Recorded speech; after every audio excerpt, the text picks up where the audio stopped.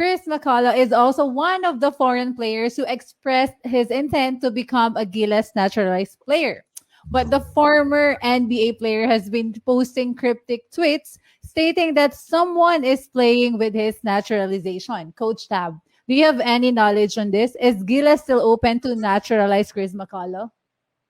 Well, first of all, I have no knowledge of what Chris has posted. That's the first I've heard of that. And I have no knowledge of either anybody tampering with whatever process Chris is referring to, or why anybody would. But I think the broader question is Chris in the mix of players that we are considering? And I would say that Chris has been in discussions, but in the immediate group of players that we are considering right now, he is not in that list. And principally because, and this is a really easy answer for me to give, and it doesn't have anything to do with the quality of player that Chris is or the fact that he's played so well in the SPP. I would ask all of our fans to stop and consider, when they think about Chris, why we naturalized a player like Angelo Kouame. Not specifically Ange, but a player like him. A player like Ange, if we were to categorize him, would be an excellent rebounder, rim protector, and a defensive-oriented player.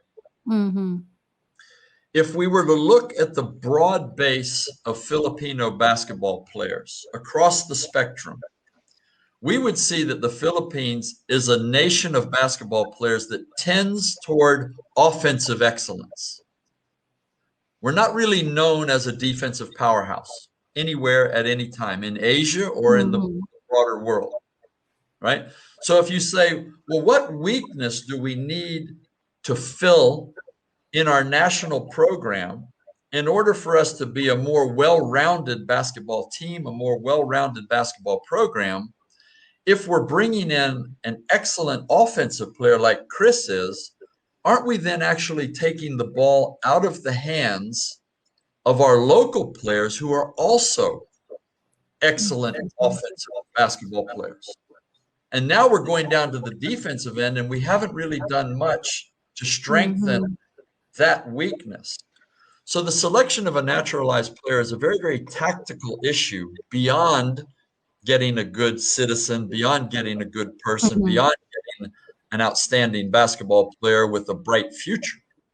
It also has to be a good fit into the mix of talent that you have. And when we have players like Matthew Wright, Roger Pogoy, Ray Parks, all of these outstanding offensive players, why would we bring a player in who's going to take the ball out of their hands?